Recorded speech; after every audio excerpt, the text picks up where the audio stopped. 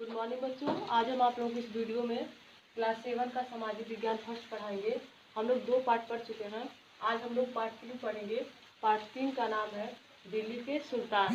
मतलब हम लोग इस पार्ट में ये पढ़ेंगे कि किस प्रकार से दिल्ली में साम्राज्य स्थापित हुआ और किस प्रकार से दिल्ली को मध्यकाल में राजाओं ने अपना राजधानी बनाया।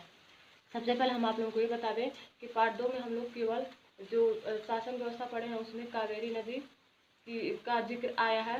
और इस पार्ट में हम लोग ये पढ़ेंगे कि दिल्ली में किस प्रकार शासन स्थापित हुआ, क्योंकि पिछले पाठों में दिल्ली का कहीं जिक्र नहीं आया है। ऐसा इसलिए हुआ है क्योंकि दिल्ली जो राजधानी बनी वो 12वीं और 13वीं सदी में।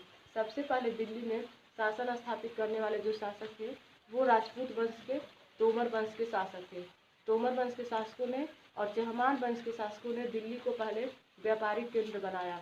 12वीं सदी में दिल्ली बहुत ही प्रमुख व्यापारिक केंद्र बन गया और 13वीं सदी में धीरे धीरे दिल्ली साम्राज्य का विस्तार शुरू हुआ और यह इसका लगभग उपमहाद्वीप के अधिक भागों पर नियंत्रण स्थापित हो गया। दिल्ली में शासन करने वाले कुछ शासकों का विवरण इस प्रकार है। राजपूत वंश 1165 से 1192 ईस्वी तक। तुर्की शासक 1206 से 1290 ईस्वी तक। खलजी वंश के शासक 1290 से 1316 तक। तुगलक वंश के शासक 1320 से 1421 तक। सैयद वंश के शासक 1414 से 1421 तक। लोधी वंश के शासक 1451 से 1489 तक। इस प्रकार से हमें, क्योंकि 12वीं शताब्दी तक आते आते लोगों के इतिहास लिखे जाने लगे थे, इन शासकों के बारे में हमें स्थापत्य कला से, अभिलेखों से और कुछ लिखी हुई पुस्तकों से जानकारी मिलती है। इसके अलावा उस समय कुछ लोगों ने भारत का इतिहास लिखना शुरू कर दिया था।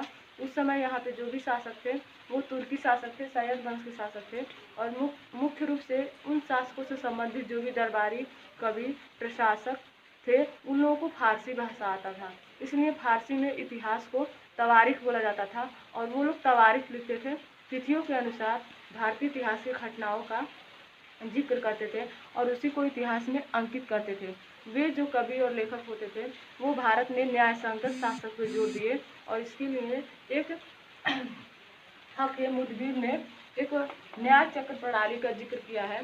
और न्याय चक्र प्रणाली में ये बताया गया है कि एक राजा को शासन करने के लिए सबसे अधिक महत्वपूर्ण राजा के लिए सैनिक है और सैनिक के लिए सबसे अधिक महत्वपूर्ण उसका वेतन है और वेतन जो मिलता है वो किसानों द्वारा एकत्रित किए गए राजस्व से मिलता है। इसलिए किसी राज्य को अच्छी प्रकार से चलाना है तो किसानों को खुश रहना और उनकी देखभाल करना और उनकी सुरक्षा करना अति आवश्यक है।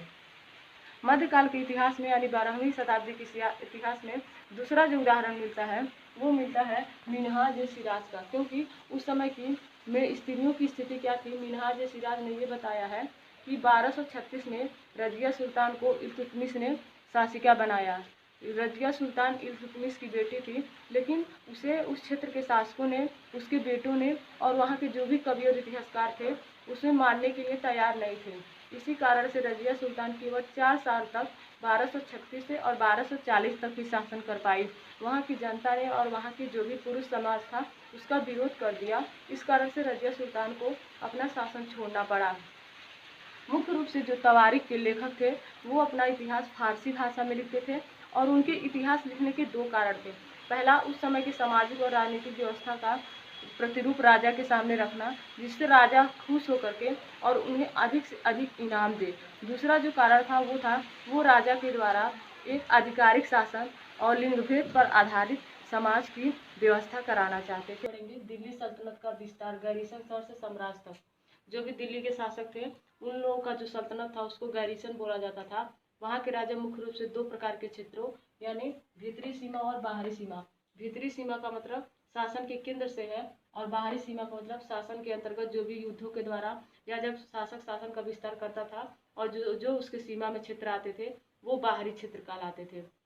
इस दिल्ली के शासकों ने अपना साम्राज्य विस्तार करने के लिए गंगा यमुना के क्षेत्र में जो भी खाद्य संग्राहक थे, पशुपालक थे, उनको वहां से हटा के वहां की जमीनों को साफ करवा करके और वो जमीन किसानों को दे दिए। इसके अलावा वो लोग युद्ध अभियानों के द्वारा भारत के अनेक दक्षिण भागों के क्षेत्र भी अपने शासन में मिला लिए। इस प्रकार से इन लोगों ने अपने शासन का विस्तार किया और अपने साम्राज्य में मिला लिया और अपना शासन व्यवस्था स्थापित किया। अगला टॉपिक हम लोग का है चौथा, खलजी और तुगलक वंश के अंतर्गत प्रशासन और समेकन नजदीक से एक नजर मतलब खलजी और तुगलक वंश के शासकों का प्रशासन कैसा था। इससे पहले हम लोग बता दें कि दिल्ली में जो पहला शासन मुख्य रूप से स्थापित हुआ था वो था इब्राहिम लोदी का शासक, और उस इब्राहिम लोदी के बाद इल्तुतमिश के शासन में इल्तुतमिश ने मुख्य रूप से अपने गुलामों पर भरोसा किया और उसने अपने शासन के अत्यधिक उच्च पद जो थे वो अपने गुलामों को दे दिए। फारसी भाषा में गुलामों को बदगा कहा जाता है, और इल्तुतमिश ने अपने शासन व्यवस्था में जो भी निम्न वर्ग के लोग थे, जो उसके आश्रित थे, उसके गुलाम थे, उन्हीं को शासकीय पद पे प्रतिष्ठापित किया, क्योंकि वो अपने गुलामों पे बहुत अधिक विश्वास करता था। उसके बाद अलाउद्दीन खिलजी और मोहम्मद बिन तुगलक, ये इन दोनों शासकों ने अपने प्रशासन को मजबूत करने के लिए अलग अलग नियम चलाए। इन लोगों ने अपने साम्राज्य में आने वाले प्रांतों को इक्ता में बांट दिया, और उसका जो शासन व्यवस्था देखता था उसको इक्तादार कहा जाता था और मुक्ति कहा जाता था। मुक्ति अपने प्रांतीय क्षेत्र में शासन स्थापित करता था, सैनिकों की व्यवस्था करता था और कानून व्यवस्था बनाता था। इस प्रकार से मुक्तियों को भी कुछ समय के लिए ही एक प्रांत में नियुक्त किया जाता था और समय समय पे उसको स्थानांतरण कर दिया जाता था, ताकि मुक्ति एक जगह पे रह करके अपनी शासन व्यवस्था न चला सके। इसके बाद अलाउद्दीन खिलजी ने जमीनों का पैमाइश कराया, नापने की प्रक्रिया अपनाई, जिससे वहाँ के लोगों पे लगाए जाने वाला कर को निर्धारित कर दिया जाए। उस समय कर 3 प्रकार के लगाए जाते थे। पहला कर कृषि पर लगाया गया, जिसको खराज बोला गया। ये किसान के प्रति 50% आमदनी पर लगाया जाता था। दूसरा था मवेशियों पर यानी पालतू जानवरों पर, और तीसरा घरों पर था। इसके अलावा अलाउद्दीन खिलजी ने एक लेखा अधिकारी की नियुक्ति की, ताकि वो जांच कर सके कि उस क्षेत्र में जो भी मुक्ति रहते हैं वो किसानों से मनमानी तौर पे कर न वसूल सके और न ही वहाँ पे अपने मनमानी कर सके। बच्चों, पिछले वीडियो में हम आप लोगों को पढ़ा रहे थे चौथा टॉपिक, खलजी और तुगलक वंश के अंतर्गत प्रशासन और समेकन नजदीक से एक नज़र। इसमें आप लोगों को ये बताए थे कि किस प्रकार से अलाउद्दीन खिलजी और मोहम्मद बिन तुगलक ने अपने प्रशासन को सुदृढ़ रूप से चलाने के लिए नए नए नीतियों और कानूनों का विकास किया और लोगों पे लागू किया, और करों की व्यवस्था किस प्रकार से कराई। उसके बाद ये लोग अभी अपने प्रशासन का साम्राज्य का विस्तार कर रहे थे। उसी समय भारत में मंगोलों और अफगानों का आक्रमण शुरू हो गया, जिससे इन लोगों का ध्यान साम्राज्य विस्तार से हटके और अब अपने शासन को सुदृढ़ बढ़ाने के लिए सैनिकों को शक्तिशाली बनाने में लग गया, और इन लोगों ने अपने साम्राज्य में अधिक से अधिक सैनिकों की नियुक्ति करना शुरू कर दिया और सैनिकों को सैन्य कौशल का प्रशिक्षण देने लगे, ताकि इनकी जो सैन्य ताकत हो वो शक्तिशाली रहे। अगला टॉपिक हम लोग पढ़ेंगे 15वीं तथा 16वीं शताब्दी में सल्तनत।